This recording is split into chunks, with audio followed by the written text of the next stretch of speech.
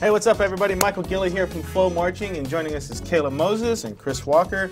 Andy Shama's out this episode, but we've got a very, very cool show in store for you. We're going to be talking the huge news that got dropped over the weekend from Madison Scouts. We're also going to talk a little bit about the WGI regionals that happened this weekend in South Brunswick and Temecula. And then we're also going to announce the brackets for the FloMarch Madness contest. So without further ado, we have Nick Monzi on the show with us, and he's going to be joining us, and we're going to discuss the huge development over the weekend that was the Madison Scouts announcing that they were going to be having a female performer. So joining us now on the show is Nick. How's it going, man? It's going pretty well. Thanks for having me. Looking forward to the conversation. Absolutely. So first thing out of the gate is going to be, Madison Scouts are one of the most historic corps that there's ever been. You guys are going into your 80th season, and you've had a couple of instances where there's been some female performers, but why now? Why the decision? How did this whole process come to be? Yeah, so that's a great question. To get to the core of it, you really have to go back to the start of the design process this year. We, as a team, laid a bunch of ideas out on the table for the direction that we could take.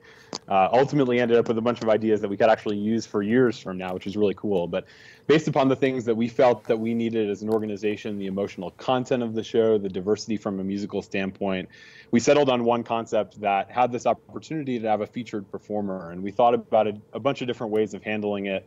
Ultimately, kind of dove back into our history in a new and fresh way, introduced the idea of a female performer to the group. And the fact that she's a brass performer, I mean, you'll see as the concept develops how that fits in, but it was really the right call from a thematic and programmatic standpoint. And it's something that the whole team is excited about, the design team, the instructional team, the administration, the membership, and fortunately a lot of the alumni as well. So tell us a little bit about the process. This is obviously, kept under wraps and not a lot of people knew about it. Not even some of the members didn't know that this was going to be happening. So how did you guys go about finding Megan and doing the selection process so that it was kept under lock and key as long as it was? Yeah, we did do it pretty quietly. We mostly relied upon the instructional staff and the design team to identify folks who fit the criteria, what we were looking for, both from a performance standpoint as well as a human standpoint.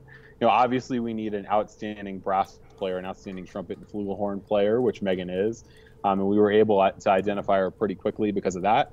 But the human element is pretty important for this role. Obviously, as you've seen so far, there's been a lot of positive reaction, a lot of interest, which can be difficult for a young woman like her and a younger performer to handle, as well as some negative backlash and responses, which she's going to have to deal with as well.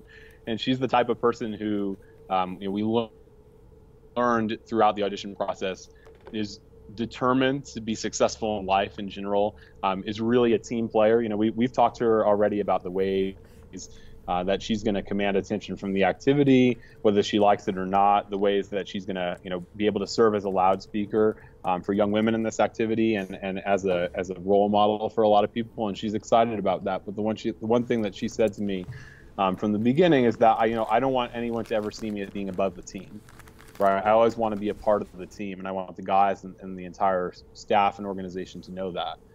And that's critical when you're identifying someone for a position like this. I mean, unfortunately, it's 2018. It shouldn't be as big of a deal as it is, but it is. And we understand the historical context of that in the organization. We've been trying to treat it delicately. But she, above all else, she's a great person who's gonna be able to handle the role spectacularly. What was when you guys sat down with the Corps on Friday night at the camp and you guys unveiled what was going to be happening? What was the individual members of 2018's Madison Scouts reaction? What was the Corps members' reaction to it? Yeah, they were ecstatic. So I actually walked them through the show a bit, and there's a point in the show where she's introduced, and we kind of made a moment out of it and brought her into the room, and the guys loved it. They went nuts, and they were great to her all weekend. We've spent a number of years now working on kind of the emotional development of our guys and the social development of our guys, and they're incredibly strong people who've had to deal with a lot competitively and a lot of other ways over the course of the past few years, and they're very open and receptive to a lot of things. Actually, the camp before, during one of our leadership sessions, we had a conversation about the Me Too movement with the guys and ways that they could be strong leaders in that context, both within and outside of the Corps.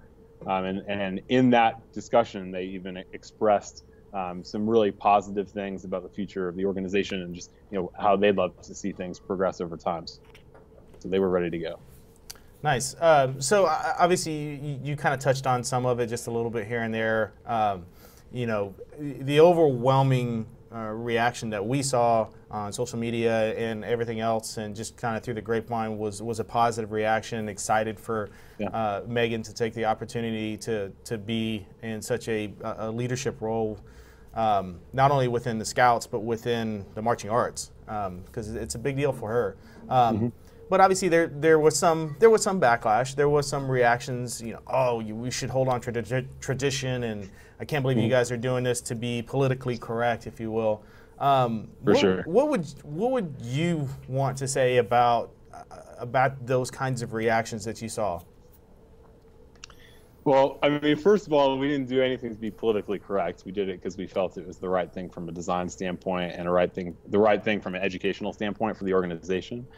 And it was a choice that we made for 2018, and we'll continue to evaluate each year what's best for the group. And we were talking a little bit about this before, but I observed three types of reactions on the negative side of things. One really was, this is just indicative of the direction that the activity is heading, and this is yet another reason why I don't support DCI.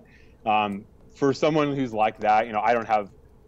You're entitled to your opinion, and that's totally fine. From a selfish standpoint, I would say, hey, come out and give us a chance this year. We're trying to do some things from an entertainment standpoint that the Corps, I don't think, has done in a little while. So hopefully that can lure some folks back in. We'll see.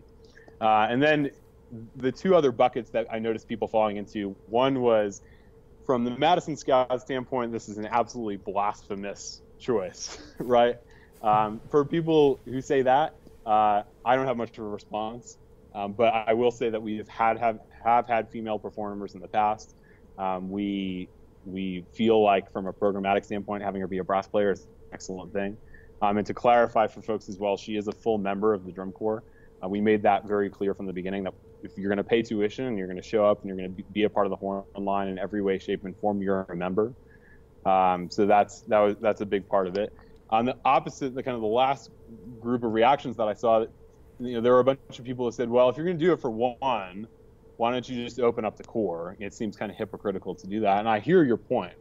I would say to those folks, I would just say, be sensitive to the fact that this is an 80-year-old organization with a long history, as we all are.